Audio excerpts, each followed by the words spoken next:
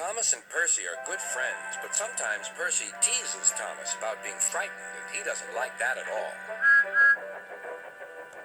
One evening he was dozing happily, but Percy wanted to talk. "Wake up, Thomas. Are you dreaming about the time you thought I was a ghost?" "Certainly not. Anyway, I was only pretending to be scared. I knew it was you, really."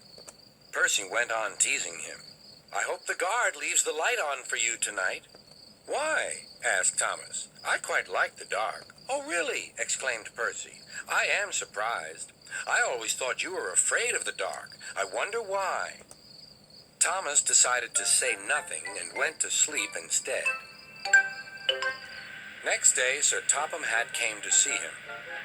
"I would like you to go to the harbor tonight. You have to collect something rather unusual." "What sort of something?" asked Thomas. "Wait and see," replied Sir Topham Hatt. Meanwhile, Percy was moving freight cars into a siding. Henry arrived with his goods train. The signalman changed the switches, and Percy waited on the siding until Henry had steamed by. Then there was trouble. "The switches are jammed," called the signalman. "I can't switch them back for Percy. The workmen will have to mend them in the morning. It's too late now." Said Percy's driver. "I'm sorry, Percy, but you'll have to stay here for the night." "Where are you going?" asked Percy. "Home for tea," replied the fireman. Percy was speechless. He watched as the other engines went home to the shed. Nighttime came, and Percy began to feel very lonely. "Oh, dear," he murmured. "It's very dark." Oh, what's that?" It was only an owl, but Percy didn't realize this. "Oh, I wish Thomas were here too," he sighed. Thomas was waiting for his mysterious load at the harbor. Suddenly, there it was.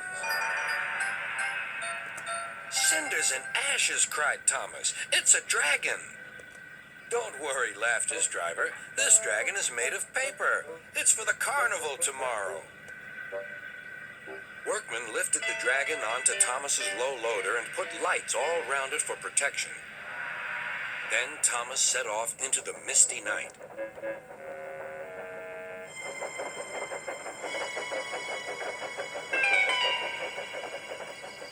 Percy was asleep on his siding and had no idea that Thomas was approaching him.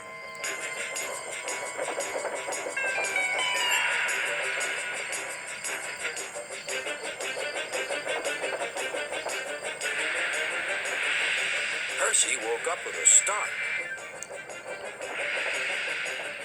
"Help!" cried Percy. "I'm not going to open my eyes until my driver comes."